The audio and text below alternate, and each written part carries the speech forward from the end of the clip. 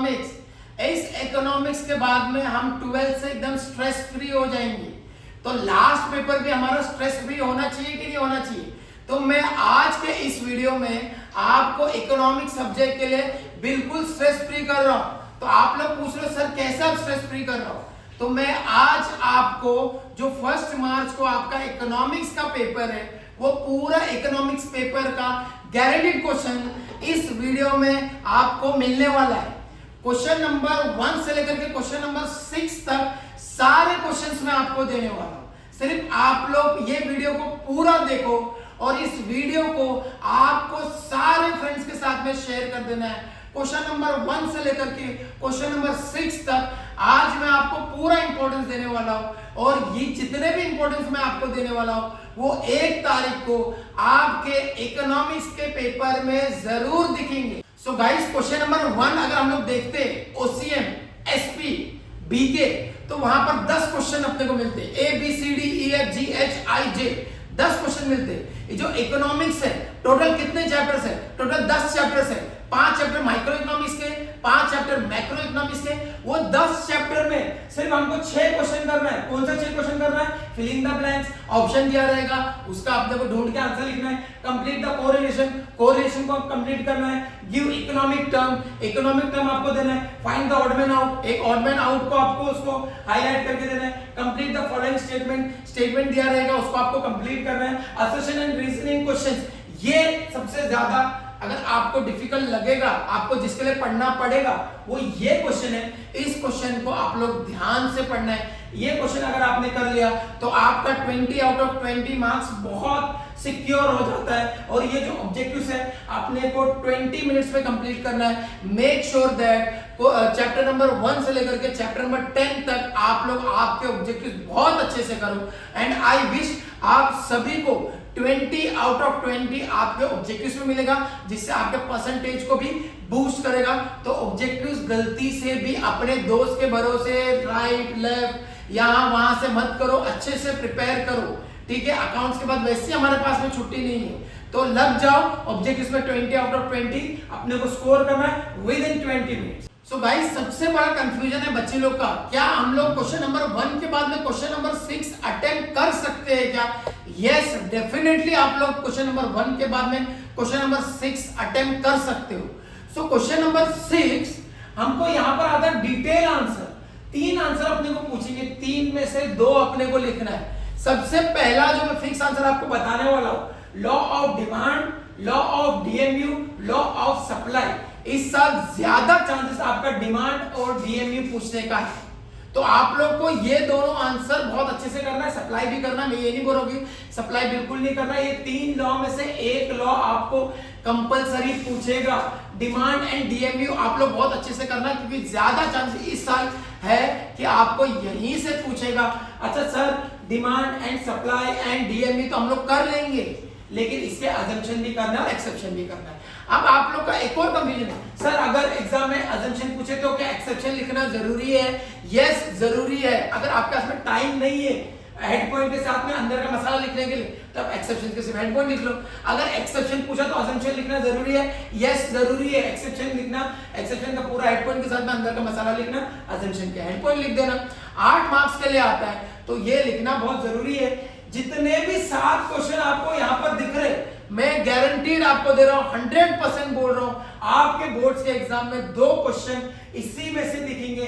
देख लो, law of demand, law of DMU, law of supply with assumption and exception, define national income and state theoretical difficulties measuring of national income, explain the concept of national income and features of national income, explain the concept of price elasticity with types, explain the concept of variation and changes in demand, ठीक है, with help of diagram, explain the meaning of perfect competition पूछेगा या monopoly पूछेगा या monopolistic पूछेगा, इसके feature के साथ में explain the meaning of index number and steps involved in the construction of index number. ये बोल रहा अगर आपको लग रहा है सर बहुत ज्यादा आंसर है ये, तो ये ज्यादा नहीं है, इसमें से कुछ भी हमको आंसर द फॉलोइंग में भी पूछ सकता है।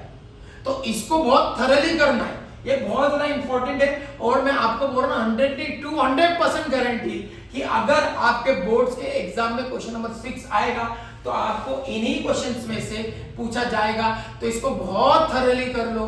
अच्छा, लॉ ऑफ सप्लाई डिमांड और डीएमयू को आपको पहले मीनिंग लिखना है, फिर उसका डेफिनेशन लिखना है, ठीक है, स्टेटमेंट ऑफ लॉ, ठीक है, फिर उसके अजम्पशंस, फिर उसके एक्सेप्शंस। तो इसको बहुत ही थॉरली आप लोग को जितने भी क्वेश्चंस हैं उसको स्किप नहीं करना है। कम से कम 2 से 3 पेज का आपका आंसर होना चाहिए, तब जाकर आपको 8 में से 6 मिलेगा, 6.5 मिलेगा, 7 मिलेगा। You should write the paper in very neat and clean manner, ठीक है। तो वो सबसे ज्यादा जरूरी रखना है, ताकि आपके अपने जो मार्क्स है वो बहुत कम कटे और हमको बहुत अच्छा स्कोर करने मिले। तो इसको आपको कंप्लीट करना है।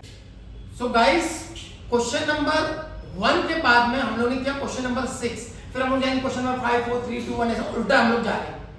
सो इस पीडीएफ में आप लोगों ने देखा क्वेश्चन नंबर 6 के बाद में क्वेश्चन नंबर 4 दे दिया है। क्वेश्चन नंबर 5 तो है नहीं सर, क्वेश्चन नंबर 5 है कहाँ? तो इस पीडीएफ में क्वेश्चन नंबर 1 ऑब्जेक्टिव्स मैंने बता दिया, क्वेश्चन नंबर 6 बता दिया, question number 5 and question number 2 ये मैं आपको वीडियो के एंड में बताने वाला हूं कि इसका मैं आपको कहां से पीडीएफ दूंगा और इसका कहां से आपको करना है और कहां से पूरा वही आया है। फिलहाल हम लोग जाते हैं क्वेश्चन नंबर 4 पे, जो आता है एग्री एंड डिसएग्री। ये जितने भी क्वेश्चन आपको दिख रहे हैं, there is no exception to law of demand, DMU, supply और balance of payment is same, ठीक है, is same as balance of trade.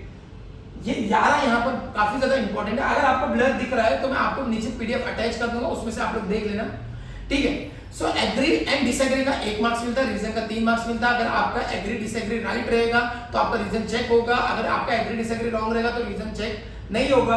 तो ये जो 11 दिख रहे हैं इसमें से मोस्टली चांस है कि 3 आना है आपके बोर्ड्स के एग्जाम में। तो ये 11 को बिल्कुल भी स्किप मत करो। पहले जो मैं आपको बता रहा हूं पहले आप उसको पढ़ लो, बाद में आप दूसरी चीजें अगर आपको एक्स्ट्रा पढ़नी है तो आप पढ़ लें। So guys, distinguish between these 13 are very important. You should not skip anything, सब कुछ आपको पढ़ना है। मोस्टली चांस से आपके 2 से 3 इसमें से आएंगे। यहाँ पर हमको ज्यादा पॉइंट नहीं लिखने, मिनिमम 3 to 4 पॉइंट्स लिखने, यहाँ पर हेड पॉइंट्स लिखने की जरूरत नहीं है। तो जितने भी आपको दिख रहे हैं उसको थॉरली आप लोग प्रैक्टिस करो। So guys, question number 3, answer the following any 3 out of 5।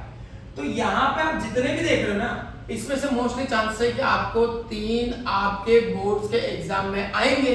तो जितना भी आपको दिख रहा है, स्कोप ऑफ माइक्रो इकोनॉमिक्स, ठीक है, फिर determinants of supply and demand, फिर explain the 5 source of non tax of government, ये बिल्कुल भी स्किप आप लोग को नहीं करना है, क्योंकि आपके बोर्ड्स के एग्जाम में 1 मार्च को आपको इसी में से क्वेश्चंस दिखेंगे। तो डोंट स्किप एनीथिंग।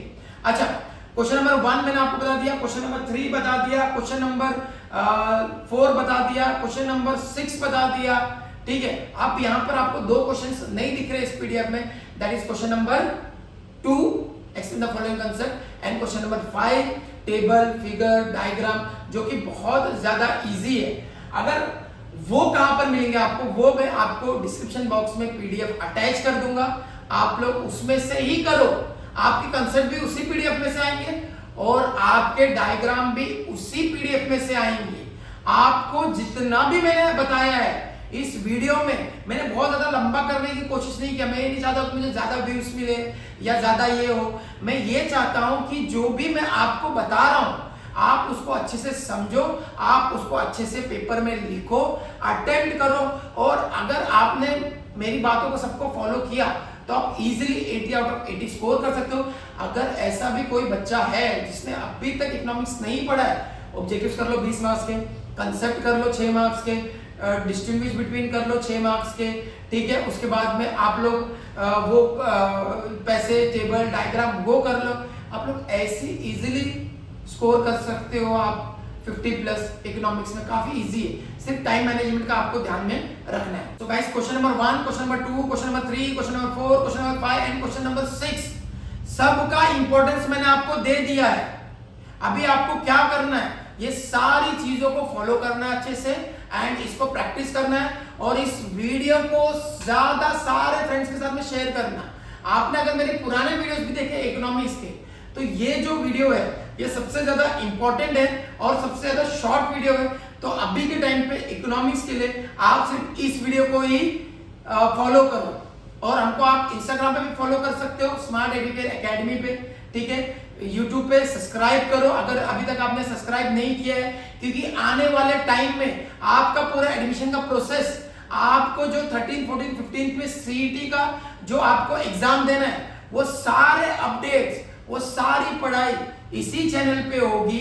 ठीक है, एक आपको हमको इंस्टा पे फॉलो करना अगर अभी तक नहीं किया है, और यूट्यूब पे सब्सक्राइब करना विद बेल आइकन, क्योंकि आपकी जो भी डिग्री की पढ़ाई है, डिग्री के भी इंपॉर्टेंस है, कुछ भी इंपॉर्टेंट चीज आती है, सर्कुलर आता है मुंबई यूनिवर्सिटी से, आपके कॉलेज से, आपके रिजल्ट का अपडेट, वो सारी चीजें आपको यही मिलेगी। आई होप कि आप लोग इस वीडियो को आपके सारे फ्रेंड्स के साथ में शेयर करोगे, हमें सब्सक्राइब करोगे और बेल आइकन पे भी क्लिक करोगे, क्योंकि सारी चीजें आपको यही मिलने वाली है। I wish you all the very best and thank you so much for watching us.